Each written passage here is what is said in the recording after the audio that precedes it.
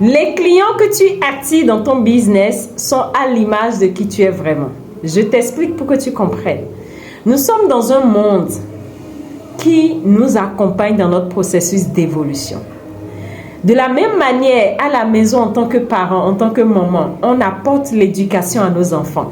Quand l'enfant fait quelque chose, on dit non, il ne faut pas faire ça. Et on lui donne les disciplines. Il faut ranger, il faut que tu enlèves ton habit lorsque tu rentres de l'école. C'est de la même manière, la nature, notre mère divine, éduque chacun de nous.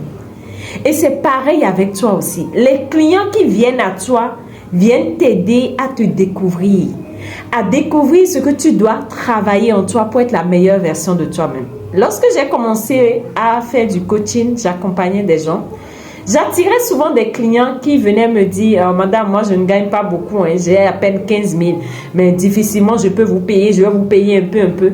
Je n'ai pas assez d'argent. J'attirais tout le temps des gens qui venaient à chaque fois se plaindre, qui venaient à chaque fois, malgré qu'ils avaient le problème que je réglais, me dire qu'ils n'ont pas les moyens, alors que le montant n'était même pas élevé. Et j'ai commencé à me poser cette question. En quoi ces personnes que j'attire dans ma vie viennent m'aider à me découvrir? Et je vous assure les amis, c'est là que j'ai eu le déclic.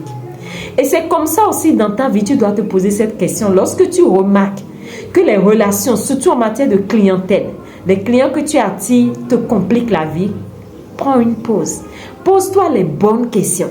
En quoi ces clients veulent-ils m'aider à me découvrir? Quel aspect de moi-même je refuse de voir? Quel aspect de moi-même je refuse d'accepter? Et ces clients, la nature les utilise pour me dire, mon enfant, tu dois te corriger, c'est pas bien, arrête de faire ça. Il faut que tu réajustes certaines choses si tu veux être plus épanoui. Et quand je reviens moi à mes clients, j'ai commencé à m'observer. Et les amis, vous savez, pendant cette période, j'avais du mal à me faire plaisir. Aller dans un endroit, manger, prendre du temps pour moi, je ne le faisais pas.